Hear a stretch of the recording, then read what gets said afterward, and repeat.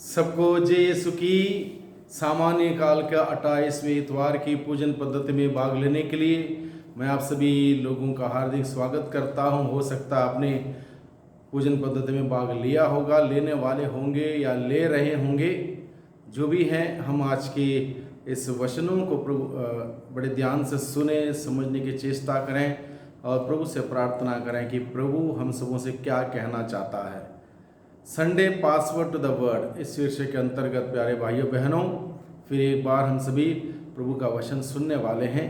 हर इतवार के भांति 7 अलग अलग बिंदुओं के माध्यम से प्रभु का वचन सुनने, समझने, उसके अनुसार चलने की प्रयास हम सभी आज के दिन में करें। आज के दिन में मुख्य रूप से प्रभु का वचन हम सबों को बताता है कि ईश्वर हम सबों को प्यार भरा निमंत्रण देता है। हर एक व्यक्ति के प्रति ईश्वर का प्यार भरा निमंत्रण हमेशा खुला हुआ है। हर व्यक्ति को, हर जात को, हर धर्म को, हर प्रकार के व्यक्ति को, वहाँ पर कोई पक्षपात नहीं। गरीब, अमीर, छोटा, बड़ा, पुरुष और नारी, बच्चा और बूढ़ा, कोई पक्षपात नहीं। सभी के लिए प्रभु का प्यार भरा निमंत्रण है। और वो प्यार भरा निमंत्रण इसलिए है कि प्रभु चाहता है हर कोई व्यक्ति उस प्यार भरा निमंत्रण को स्वीकार करें, प्रभु के सानिध्य में जाएं, प्रभु में जुड़ जाएं, प्रभु में एक हो जाएं और प्रभु के उस उपस्थिति का आनंद का अनुभव करें। इसलिए वो प्यार भरा निमंत्रण है।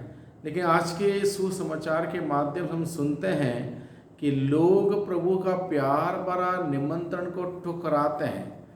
दुनियादारी की बातों में, दुनियादारी के उलझन में फंसे रहते हुए प्रभु का निमंत्रण को ठुकराना और उसके विपरीत आचरण करना, मनमाना आचरण करना एक प्रकार का गुनाह, एक प्रकार का अपराध और एक प्रकार का पाप है। इस बात को भी आज के सुसमाचार के द्वारा में समझाया जाता है। इसलिए आइए हम सभी प्रभु के वचनों को हम समझने की चेष्टा करें। जैसे कि आज का सुसमाचार की शुरुआत इस प्रकार से है। ईसा उन्हें फिर दृष्टांत सुनाने लगे।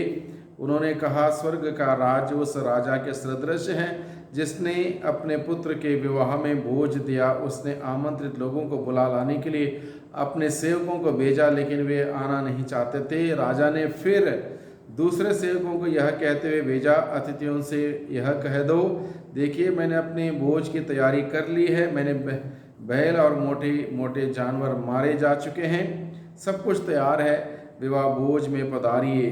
अतिथियों ने इसकी परवाह नहीं की। इस प्रकार से हम आगे का प्रसंग हम सुनते हैं कि विवाह भोज का संदर्भ जिसमें ईश्वर ने यानी कि उस मालिक ने बुलाया सबको, लेकिन किसी ने कदर नहीं की, इज्जत नहीं की, मनमाना आचरण किया, अपना अपना एक एक्सक्यूज़ देते हुए चले गए अपने कामकाज में।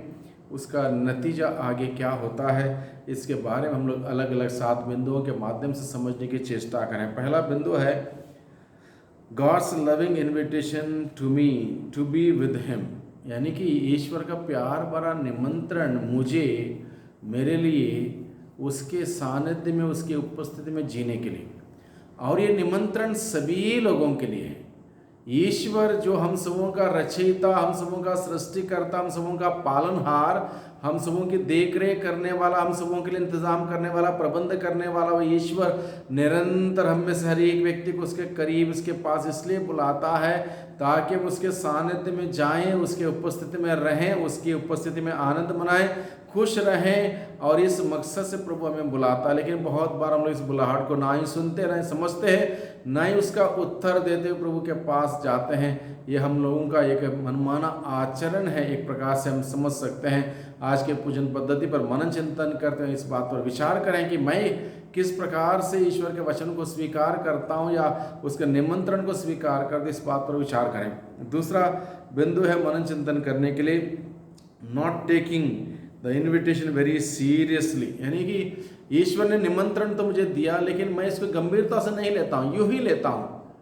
आई take it just for granted, यानी कि चलो बुलाया तो बुलाया, मैं उस बात को लेके गंभीर नहीं हूँ, सीरियस नहीं हूँ। I am not taking it very seriously. तो ये भी एक बहुत बड़ा गलती, गुनाह, अपराध मेरे ओर से है, क्योंकि ईश्वर का निमंत्रण है, ईश्वर का बुलावा है और मैं उसको अनदेखा कर देता हूँ, अनसुना कर देता हूँ। ये भी एक बड़ी गलती है। और हम सबों को ईश्वर अलग अलग घटनाओं के माध्यम से, अलग अलग लोगों के माध्यम से, अलग अलग समय में, अलग अलग वक्त में, अलग अलग प्रकार से मैं बुलाता, लेकिन बहुत बार इस बुलाहट को हम नहीं समझते हैं, उसको टुकरा देते हैं। ये भी हमारी गलती, इसलिए आज के दिन में हमें मनन चिंतन करने की आवश्यकता है। तीसरा बिंदु है getting too much involve in the worldly affairs. अभी ईश्वर ने बुलावा दिया, सेवकों को भेजा, बुला लाओ, भोज की तैयारी हो चुकी है और सभी को बुलाओ, लेकिन कोई बोलता है मुझे खेत में जाना है, मुझे अपने काम धाम में जाना है, मुझे वो काम करना है, मुझे ये काम करना है, मुझे ये जिम्मेदारी है। Lot of excuses because people were involve in the worldly affairs, यानी कि दुनियादारी के बातों में, उलझन में लोग इतना फंस चुके थे, लोगों के पास ईश्वर के लिए टाइम नहीं है, ईश्वर के वचन सुनने के लिए, पढ़ने के लिए, प्रार्थना करने के लिए, समझने के लिए टाइम नहीं है। लोग खो चुके हैं दुनिया में। लोग दुनिया के दिन प्रतिदिन के दिनचर्या में, काम दाम में, व्यवसाय में इस हद तक हो चुके हैं, लोगों के पास, किसी के पास टाइम नहीं है ईश्वर के सानिध्य में जाने के लिए, ईश्वर के पुकार को सुनने के लिए।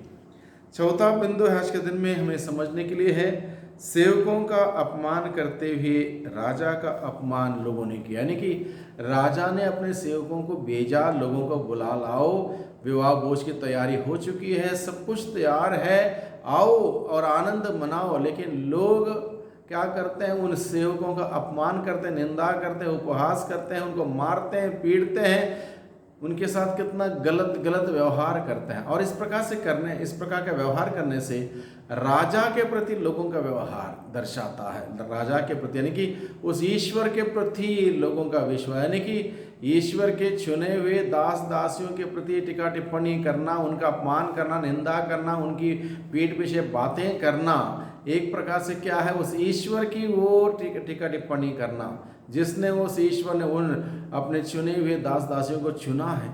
इस प्रकार का व्यवहार हम लोग करते हैं, इसलिए आज के दिन में इस बात पर हमें मनन चिंतन करने की आवश्यकता है। पांचवा बिंदु है आज के दिन में मनन चिंतन करने के लिए, God does not stop his invitation at the arrogance of main, यानी कि ईश्वर अपना बुलावा रोकता नहीं है। लोगों के कठोर व्यवहार के वजह से, लोगों के मनमाना आचरण के वजह से, लोगों के लापरवाही के वजह से ईश्वर अपना बुलावा नहीं रोकता है। ईश्वर अपना बुलावा जारी रखता है निरंतर। हर एक व्यक्ति को, हर एक इंसान को ईश्वर अपने पास यह कहते हुए बुलाता है, तुम जो थक गए हो, तुम जो बोझ से दब गए हो, मेरे पास आओ, मैं तुम्हें विश्राम दूंगा। निरंतर प्रभु का बुलावा बना हुआ है। ये गुड न्यूज़ है हर एक व्यक्ति के लिए। ईश्वर हर व्यक्ति को हर वक्त, हर समय, हर दिन निमंत्रित करता है, बुलाता है। ये है गुड न्यूज़ हम सबों के लिए। चाहे हम जैसे भी हों, ईश्वर हमसे नहीं थका हुआ है, वो आज भी इंटरेस्टेड है हम सबों से और हम सबों को बुलाता है। छठा बिंदु है आज के दिन में मनन चिंतन करने के लिए, He invites everyone without caste and creed। अब जब ईश्वर बुलाता, वो ये नहीं देखता है कौन क्या है, कौन सा जात का, कौन सा धर्म का है। हर व्यक्ति को ईश्वर का खुला निमंत्रण है। सभी लोगों के लिए ईश्वर खुला निमंत्रण देता है, क्योंकि ईश्वर चाहता है सारे उसके बच्चे उसके करीब रहें, उसके साथ रहें, उसके सानिध्य में रहें, उसका अनुग्रह प्राप्त करें, उसके आशीषों को, बरकतों को प्राप्त करें, एक सुंदर जीवन जिए। ये उद्देश्य, लक्ष्य है ईश्वर के। इसलिए सबको प्रभु विदाउट कास्ट एंड क्रीड, सबको ईश्वर बुलाता है। सातवां बिंदु आज के दिन में मनन चिंतन करने के लिए, अनप्रिपेयर्ड attitude of a man incurs punishment, यानी कि जब ईश्वर ने बुलाया, जब बुलाए लोगों को लोग नहीं आए, बाजारों में जाके जो भी मिले सबको बुलाया और उसमें से सभी आए। उसमें से एक व्यक्ति को ऐसा देखा उस राजा ने जो विवाह के वस्त्र नहीं पहना था। विवाह के वस्त्र नहीं पहनना यानी कि कृपा के उस अवस्था में नहीं था।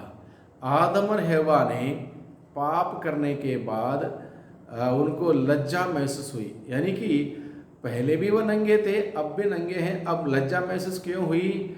यानी कि पाप के वजह से कृपा का वस्त्र जो उन्होंने पहना था वो हट गया, वो फट गया, जिसके वजह से उनको महसूस होने लगा कि हम नंगे हैं। यानी कि ईश्वर विवाह का बोझ में, यानी कि वो राजा विवाह का बोझ में, या उस दृष्टांत में समझने की बात यह है, ईश्वर हम सबों को उसके सानिध्य में, उसके अनुग्रह में, उसके स्वर्ग राज्य का अनंत सुख भोगने के लिए बुलाता है। लेकिन उस पवित्र ईश्वर के सिंहासन तक पहुंचने के लिए, ईश्वर के पवित्र उपस्थिति में पहुंचने के लिए हमें पवित्रता का, अनुग्रह का वो परिधान पहनने की आवश्यकता है। वो भक्ति विश्वास और अनुग्रह का परिधान पहनने की जरूरत है। भक्ति विश्वास नहीं है, वो पवित्रता नहीं है, तो हम अपवित्रता में हैं, तो ईश्वर सवाल करता है, ये तुम यहाँ पर कैसे आ गए? इस जगह पर तुम कैसे पहुँच गए, जबकि तुम इस जगह में पहुँचने के लायक नहीं हो? आप पवित्रता से कैसे पहुँच गए? तो वहाँ पर उस राजा क्या कहता है, इसको बांधो और इसको बाहर फेंक दो।